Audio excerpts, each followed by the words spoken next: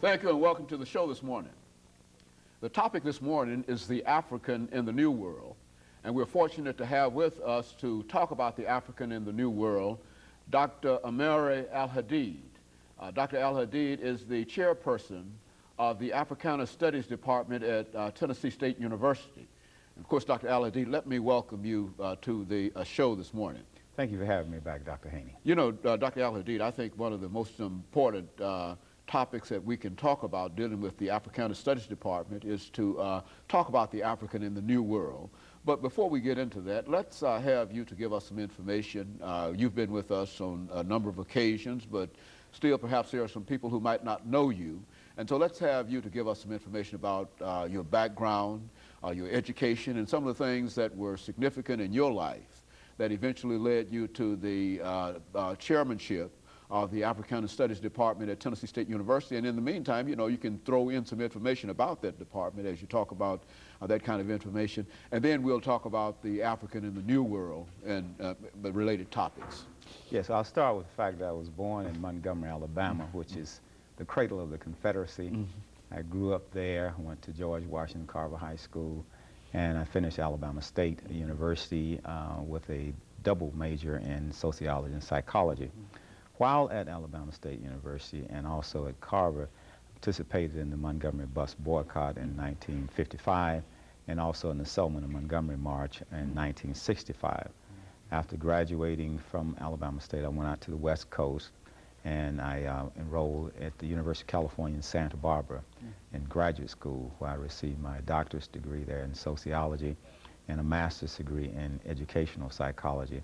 And I was one of the founders of the Department of Black Studies and the Black Culture Center at the University of California, Santa Barbara, which came online, I think, around 1971.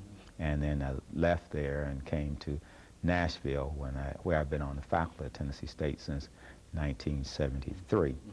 I started a concept called the Great Debate, and it's an intellectual and cultural forum in which we look at the ideas of Dr. Martin Luther King and Malcolm X to debate contemporary issues. We just recently had a debate on whether or not all TSU students should be required to take an African-centered course. This was last Friday. Became the chair of the Department of Africana Studies in the fall of 1994. The department has been in effect since that time. We have had two graduates. One graduated in May of this year, and another one graduated in August of '97. We had our grand opening in 1995. We expect to have 3 graduates in May of 1999. And so you're making tremendous progress in terms of bringing that as a concept onto the university campus at Tennessee State University. Yes, sir. The department is growing, it's getting strong. We have approximately 25 majors in the department.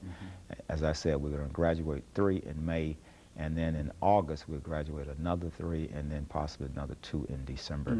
So we're pretty much online in terms of meeting our goals and objectives for graduations. Dr. AAl-Hadid, what we'd like to do today is to, as we indicated earlier when we talked about the topic today, is to talk about the African in the New World. And of course, you certainly understand that when we talk about the African in the New World, we're talking about primarily the Americas, North America and South America.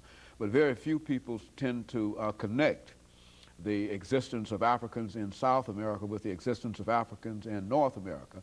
And so let's have you to, first of all, talk about the African in the New World. That is, to give us some information relative to him, his very presence in the New World, and then to sort of zero in during the rest of the program on his existence in South America, and then his existence in North America, perhaps if you want to make a comment, however you wish to do it. But essentially, that's the kind of idea that these are the ideas that we want to try to introduce this morning and to have you to talk about. Well, let me just start in terms of a baseline. Our very department, the Department of Africana Studies, is premised on that very idea that the African world community is divided into the African continent and the diaspora. As you well put it, most of the diaspora, at least in the Western world, tend to be in the New World, which would include South America, the Caribbean, and we might also include Canada in that configuration, as well as North America. And what we have to realize, and we do this in our department, we offer African language, Kiswahili, Yoruba, and Arabic, and at the same time, our majors are required to take French, Spanish, Good. Okay. in addition to English. And what that says for us is the fact that we have a lot of our people in South America who do not speak English, they speak Spanish. In Brazil, they do not speak English, they speak Portuguese. And then you find the same phenomenon in the Caribbean. So it's very important for us to understand that we have people of African descent throughout the Caribbean and South America. Let me just take maybe two as illustrations, or maybe two or three as illustration. Let's start first of all with Haiti. Haiti became a black republic, the first black republic in the Western Hemisphere in 1804. Toussaint Louverture, Desmond and Boukman, Dessalines rather than Boukman, fought against Napoleon's finest army and created a black republic. That movement in Haiti sort of inspired the abolitionist movement, at least the rebellions on the part of people such as Nat Turner, Denmark Vesey, and they always tried to keep Africans who were in captivity in North America from knowing about the Haitian Revolution because they did not want it to inspire. But nevertheless, people such as Nat Turner and others got wind of what had happened in Haiti, and they began to revolt and start insurrections. So Haiti represents a flashpoint for that whole understanding of the Caribbean.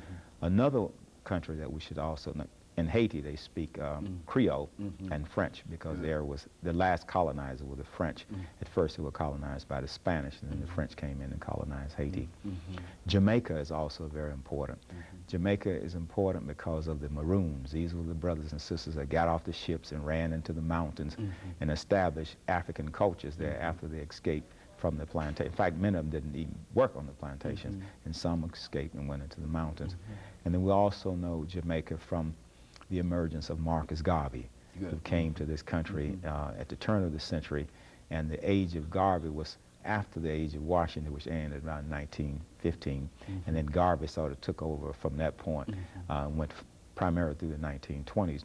But Garvey traveled throughout the Caribbean. He traveled throughout South America, and he saw all of these African people there, and he asked the question, where's the black man's government? And he said, then he started thinking, he said he wanted to develop a powerful connection with Africa. He wanted to organize all people of African descent in South America, North America, Canada, and the Caribbean. Let's turn sort of quickly to Brazil. Good, very good. Brazil is a very interesting country. It is. Brazil has approximately 160 million people.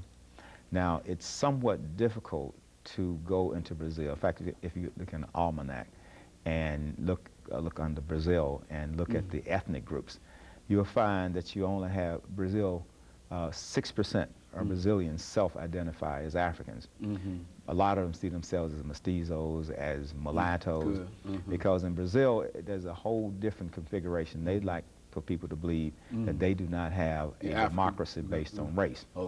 But when you look at the color of the people, it is obvious that they are of African descent. So if you look at it from a color standpoint, there are about 60 million people of clearly of African descent, uncontaminated of African descent in Brazil.